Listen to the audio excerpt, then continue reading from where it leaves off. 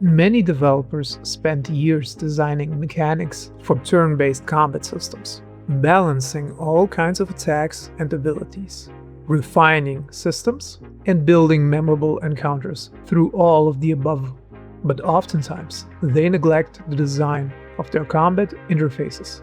If I asked you to describe the combat menu of Clair Obscur Expedition 33, you probably could.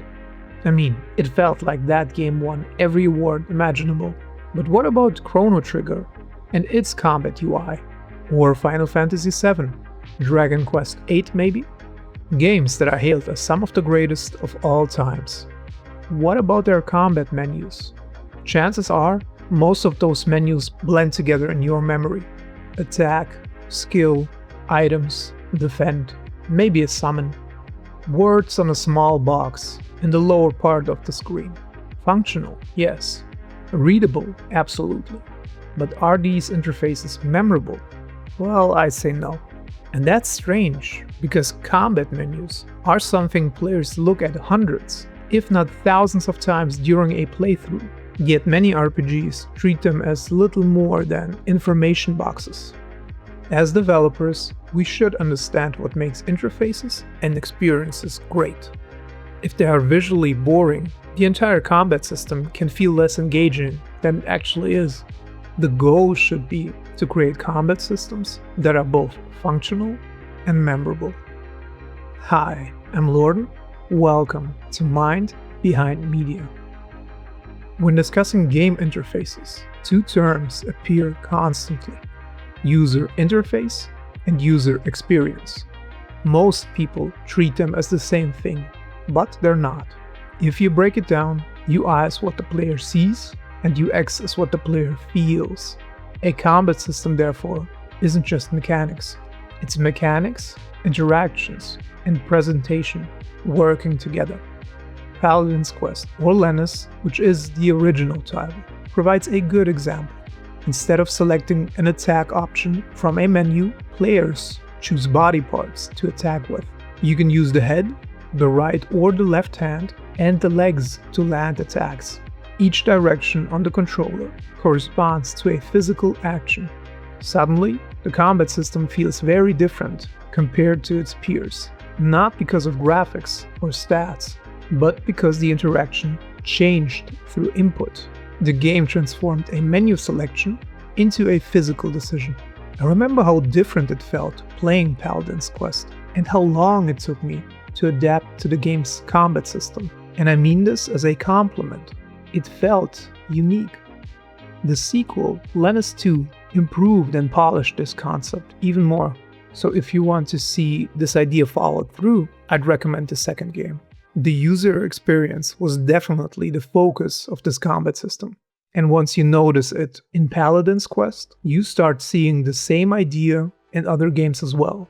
Legend of Legaia lets players enter directional combination, which in turn lets the character strike with combos. Like in a fighting game, Lisa the Painful speeds up the connection between input and action, letting the player decide each attack with directional buttons and rewarding the correct sequence with a stylish finishing move.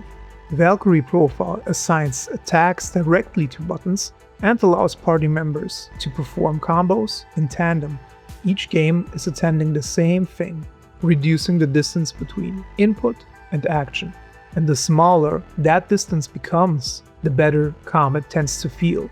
But these are examples for good UX. Where does UI fit into all of this? Because at this point, it might sound like I'm arguing that UI doesn't matter. After all, some of the greatest RPGs ever made have very simple interfaces. Take Chrono Trigger for instance, one of the most beloved RPGs ever made. Its battle menu is almost aggressively simple. Gray boxes, basic commands, little visual flair. And nobody cared. We loved this game all the same. Players don't remember Chrono Trigger or its menus. People remember the dual text, the enemy positioning, the feeling of combat. Chrono Trigger proves a specific point. A great experience can overcome an average interface. But that doesn't mean that UI is irrelevant. Because visual design creates identity. And identity matters. Lufia 2 provides a good example of that. Its command layout is cross-shaped, like the D-pad of the SNES you're using to play the game.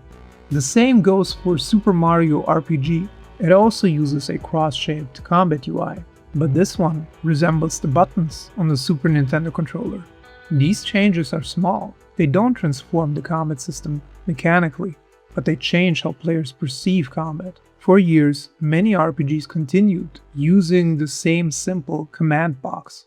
Even after games like Lufia 2 and Super Mario RPG experimented with more interesting UI, Final Fantasy continued using traditional box-style menus for years afterwards. The same design philosophy eventually found its way into game-making tools like RPG Maker. I mean, if it ain't broke, don't fix it, right? Well, that was until a new king stepped onto the scene and showed everybody who's boss. For decades, RPG combat menus were designed to give the information needed and then disappear. Persona 5 did the opposite. It demanded your attention. In fact, it changed how many developers think about RPG interfaces. Even Expedition 33 wears that influence on its sleeve. In Persona 5, every menu transition, every animation and color choice, every sound effect communicates attitude, style, and personality. But here's the interesting part. Persona 5 didn't become famous because of its combat mechanics.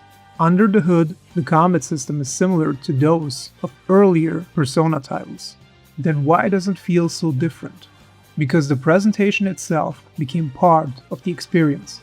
The interface isn't simply communicating information, so you can go back to the entertainment. In Persona's case, the story, the social links, and the combat.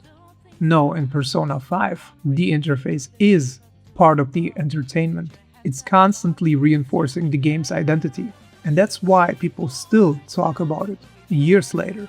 On our path to create great design, we must bring three things together that often exclude one another: practical functionality, readable simplicity, and elegant beauty.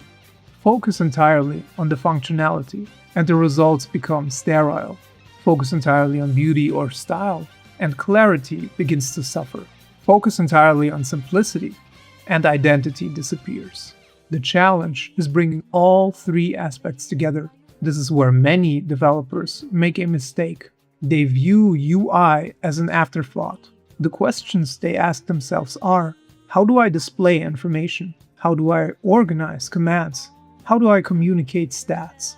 Those are important questions for a designer, don't get me wrong, but they're only half of the equation. The better question is, what should interacting with the system feel like? Again, I would say there's two approaches. If you're building a traditional RPG system focused heavily on UI, the mechanics are already set. Presentation becomes your greatest asset. Persona 5 proved that. But if you're building something experimental, something new, start with UX. Make sure the interaction feels good and is memorable. Then build the interface around that experience. Because beautiful menus cannot save boring interactions, but great interactions can survive very simple menus. Chrono Trigger proved that decades ago. Ultimately, the goal isn't better UI, and it isn't better UX. The goal is creating interactions players remember. The best combat systems don't separate mechanics from presentation, they combine them. A memorable combat system is one where the interface reinforces the experience, and the experience reinforces the interface. That's why Paladin's quest left such a strange yet deep impression on me. It's why Valkyrie profile still feels unique, and why Persona 5 became the modern benchmark for combat UI. Because players don't remember menus, they remember how those menus made them feel. And the best interfaces are remembered because they manage to combine functionality, simplicity, and beauty. That's it for today's episode. If you made it to the end of the video, thank you for watching, and let me know what you think I could improve making these videos. I'm still trying to find my own style when it comes to these video essays. I hope to see you in the next one. Thanks for watching, and have a great rest of your day.